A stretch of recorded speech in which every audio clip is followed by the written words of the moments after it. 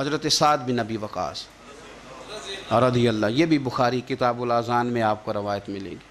یہ عشرہ مبشرہ صحابی ہیں، اور نبی پاک صلی اللہ علیہ وسلم نے ایک مقام پہ فرمایا تھا جب یہ بیمار ہو گئے اور پریشان ہو گئے کہ پتہ نہیں تندرست ہوں گا بھی کہ نہیں، تو حضور نے فرمایا سعد فکر نہ کر، اللہ شفا دے گا اور تیری وجہ سے اسلام کا فائدہ کرے گا اور کفر کا نقصان کرے گا۔ حضور صلی اللہ علیہ وسلم نے کتنی اس شخص کی عظمتیں بیان کی، عشرہ مبشرہ صحابی ہیں، لیکن آپ پر ایک شخص نے 3 الزام لگا دیے۔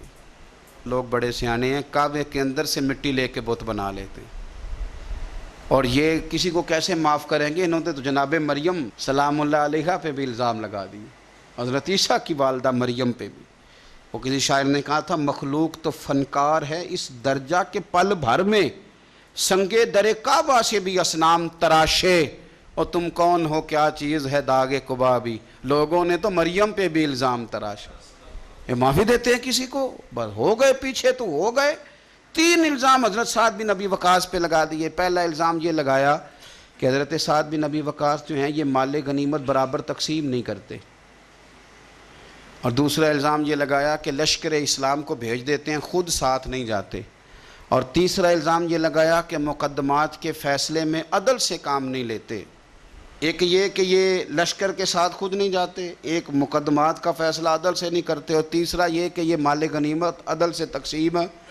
حضرت سعد بن ابی وقاص کو بڑی تکلیف ہوئی، ہاتھ اٹھائے، کہا اللہ اگر یہ جھوٹا ہے نا تو اس کی عمر لمبی کر دے، اس کے فقر میں اضافہ کر دے، اسے فتنوں میں مبتلا کر دے۔ دعا کر دی، بات ختم ہو گئی۔ حضرت سیدنا عبد الملک بن عمیر تابی بزرگ ہیں رضی اللہ تعالیٰ عنہ، فرماتے ہیں میں نے اس بوڑھے کو دیکھا جس کے لیے حضرت سعد بن ابی وقاص نے دعائیں کی تھیں۔ اس نے 3 الزام لگائے تو آپ نے جواب میں 3 دعائیں دیں۔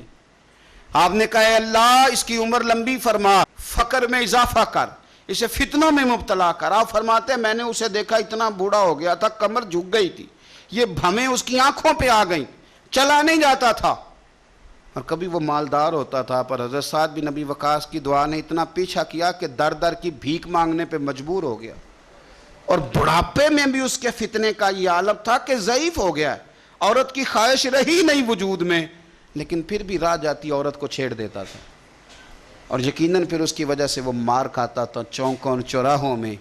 تو لوگ اسے کہتے تھے کہ تو اس عمر میں بھی باز نہیں آتا، تو وہ کہتا تھا میں تمہیں کیا بتاؤں، سعد بن ابی وقاص کی دعائیں میرا پیچھا کرتی ہیں، وہ میں نے ان کو تکلیف دی تھی تو آج تک میں فتنے میں مبتلا ہوں، فتنے میں پتہ نہیں مجھے کیا ہو جاتا ہے، اور پھر مجھے بے عزتی کا منہ دیکھنا پڑتا ہے اور رسوائی کا۔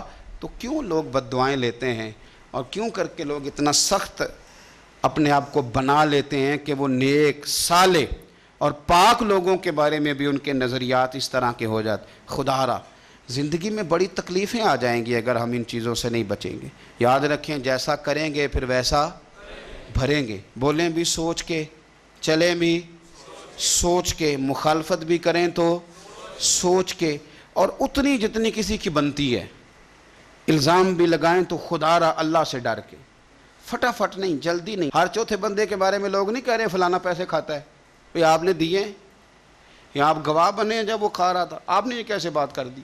تو ہم تیزی کے ساتھ اس طرح کے اعمال کٹھے کر رہے ہیں کہ جو ہمارے لیے اذیت کا سبب بنیں گے۔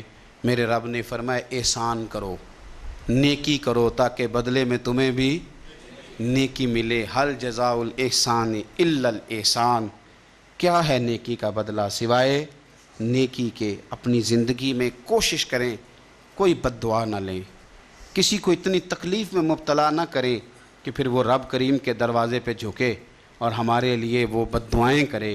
اللہ کے حضور حاضر ہوں، کوشش کریں کہ بھولے سے بھی کسی شخص کو ہماری وجہ سے تکلیف نہ پہنچے۔ اللہ ہمیں سمجھنے کی توفیق عطا فرمائے۔